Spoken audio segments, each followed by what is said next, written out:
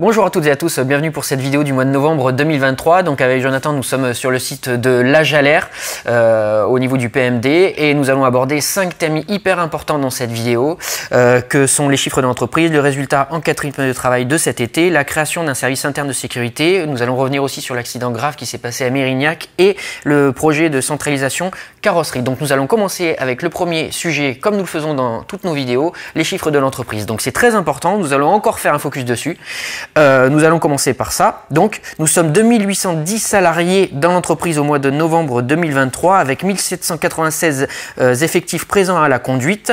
Il y a 27 conducteurs tram, 23 conducteurs contrats pro et apprentis, 51 pour les PMR, 284 ouvriers, 73 employés, 480 maîtrises, 76 cadres, 2531 temps complet, 154 temps partiels dont 117 conducteurs, 125 contrats suspendus dont 97 conducteurs. Il y a eu 11 entrées avec 4 conducteurs, 2 ouvriers, 1 employé, 3 maîtrises et techniciens et un cadre, et 9 sorties dont 6 conducteurs, 1 ouvrier, 2 employés. Les motifs de sortie sont décomposés de la sorte: une démission, une fin de CDD, une fin de période d'essai, 3 licenciements, 3 départs en retraite et toujours 0 CDD transformé en CDI.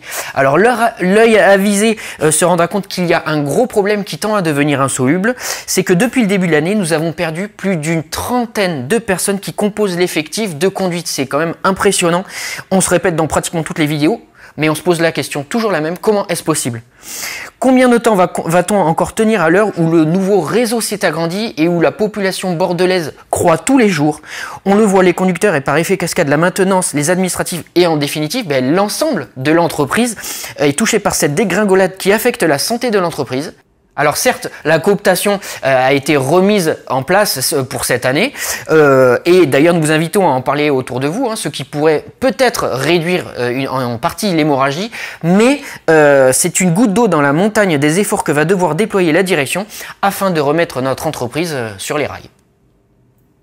Deuxième sujet de cette vidéo, nous allons aborder l'enquête qui a été réalisée sur les rythmes de travail cet été entre juin et août 2023 suite à l'engagement qui avait été pris en NAO. Donc le taux de réponse de cette étude n'a pas été folichon puisqu'il est de 30%. Par contre, il est intéressant d'analyser ces chiffres et de faire un petit point de comparaison avec la précédente analyse qui avait été faite 2 ans plus tôt. Alors là, on peut voir que la motivation n'est pas au rendez-vous puisque 56% des sondés répondent qu'ils sont motivés pour aller au travail. Donc ça fait à peine une personne sur 2, alors qu'en 2021, ils étaient 68%. Donc là, on voit quand même une baisse, une belle dégringolade. Un travail ressenti comme difficile, c'est ce qu'il en ressort, puisque le travail physiquement facile n'a été évalué qu'à 48% pour cette année, alors qu'il y a 2 ans, il avait été évalué à 58%. Donc encore une baisse au niveau de la facilité. Et au niveau du travail moralement facile, 36% cette année, contre 47% il y a 2 ans. Donc là encore une belle dégringolade. Ça fait une personne sur 3 qui trouve que c'est facile d'aller travailler au niveau moral. Donc je suis satisfait de mon entreprise actuelle entre vie pro et vie perso. Ça c'est la question qu'on pose. Il n'y a eu que 41% qui ont répondu oui. Au travail, est-il possible de m'organiser en avance? Il n'y a que 24% qui ont répondu oui. Ça veut dire qu'il y a une personne seulement sur 4 qui disent qu'ils peuvent s'organiser à l'avance dans leur travail. Donc au niveau des plans de congé, c'est dans la même lignée. 72% sont insatisfaits de la gestion et 80% estiment difficile d'échanger entre collègues. Et ça se vérifie en pratique puisque 60% des conducteurs échangent leurs congés. Donc la direction nous dit que l'outil qui est mis en place va être amélioré, mais bon, quand même. La gestion des permissions, c'est la même chose. 83% sont insatisfaits. 65% trouvent que les semaines de 6 jours consécutives sont éreintantes. Alors, on ne va pas tout jeter. Il y a quand même des points qui ont été, on va dire, positifs, puisque le classement par ligne, 69% sont satisfaits d'être classés et que 85% sont satisfaits du temps d'intégration. En revanche, 60% voudraient qu'il y ait plus de place au classement et 68% ne sont tout simplement pas satisfaits d'être volants. Alors nous sommes conscients et nous déplorons que les conditions de travail des volants sont beaucoup plus compliquées que celles qui sont classées. C'est la raison pour laquelle nous travaillons tous les jours dans l'optique d'améliorer ces conditions de travail. Alors la direction nous répond en 3 étapes. Première étape, création et animation d'un groupe de travail pluridisciplinaire sur la base des attentes recueillies durant l'enquête, donc avec l'entité managériale, avec la DRH, avec l'équipe méthode et surtout avec un panel de CR.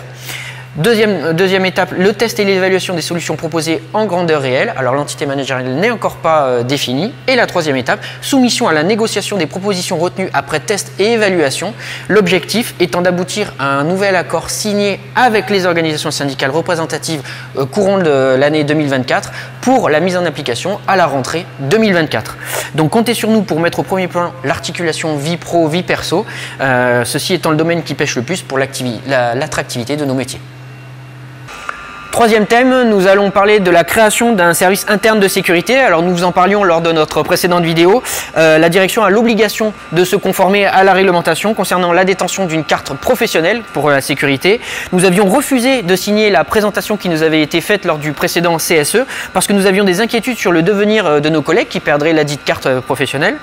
En cas de non-obtention, alors la direction nous a dit qu'en cas de non-obtention de suspension temporaire ou définitive de la carte professionnelle par le salarié, nous avons obtenu de la direction qu'elle s'engage à proposer un reclassement à l'agent concerné au coefficient du poste de destination avec son accord préalable.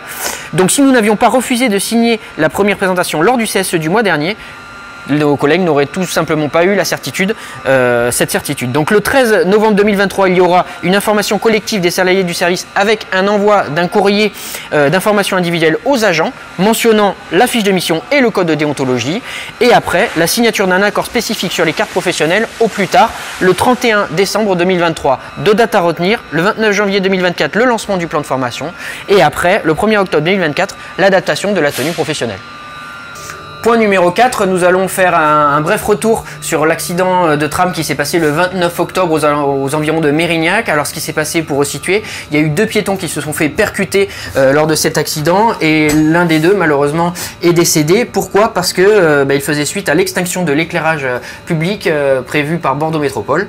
Alors il y a une mesure qui a été prise, ça a été premièrement d'abaisser la vitesse du tram à 40 km/h sur les zones non éclairées et aussi une demande de notre directeur général à la métropole pour que les horaires d'éclairage soient réévalués. Notre numéro de service numéro 79 indiquant d'adapter la vitesse compte tenu de la partie de voie libre en marche à vue, elle semble pertinente, la sécurité avant tout, mais par contre aussi par mesure de cohérence, il serait aussi normal dans la même optique d'adapter les temps de parcours sur ces nombreuses parties concernées. Nous sommes très attentifs à ce genre d'événements et nous vous en dirons un peu plus sur l'évolution des mesures entreprises pour éviter d'autres drames de ce type. Autre thème de cette vidéo, nous allons parler de la carrosserie puisque nous avions demandé une modification lors de notre la première consultation qui nous avait été faite lors du précédent CSE et dont nous en avions parlé lors de notre précédente vidéo. Donc un RTT a été obtenu le lundi au lieu du mercredi afin de favoriser les week-ends de 3 jours. Et cette mise en place va être faite à partir du 2 janvier 2024. Encore une fois, un autre exemple concret de la force syndicale. Si nous n'avions pas refusé de signer la présentation lors du CSE du mois dernier, nos collègues de la carrosserie n'auraient pas pu bénéficier de ces week-ends de 3 jours. Nous vous invitons donc à venir nous rejoindre syndicalement, car plus nous serons nombreux et meilleures seront nos conditions de travail. Voilà, donc nous arrivons à la fin de cette vidéo du mois de novembre 2023. Donc il nous reste quand même 3 petites infos à vous communiquer concernant l'arbre de Noël. Donc vous pouvez venir récupérer vos places à Porte de Bordeaux, au CEL et aussi à la Bastide, aux différentes coopératives. Les places de ciné ce mois-ci sont à 3 € au lieu de 4, donc super intéressant. Et au niveau des voyages en 2024 qui vont être lancés à partir du 14 décembre. Voilà, nous vous remercions pour l'attention que vous avez manifestée lors de cette vidéo et même des précédentes. Nous vous incitons à les partager et surtout même à communiquer sur celle-ci et à mettre des commentaires directement en bas de cette vidéo. Nous vous donnons rendez-vous pour la prochaine et dernière vidéo de cette année 2023 et nous vous souhaitons une bonne journée.